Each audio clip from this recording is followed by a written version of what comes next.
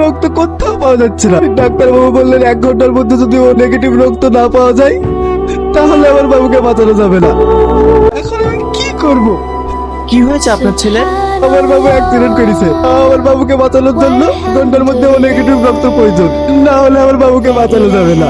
আমার অনেক রক্ত। আমি তো রোজে আছি। আপনার রক্ত দেওয়াতে যদি একটা ছেলের প্রাণ বাঁচে তাহলে আপনি রক্ত দিন, বলে সব দিচ্ছি। যান চলেন। পাচ্ছি না, ধন্যবাদ দেওয়া কি আছে? একজন মানুষই তো আর একজন মানুষের পাশে দাঁড়াবে। আসসালামু আলাইকুম। ওয়ালাইকুম আসসালাম। বসেন, বেশি কিছু আনতে পারিনি, আর তুমি তো ভালো করেই জানো।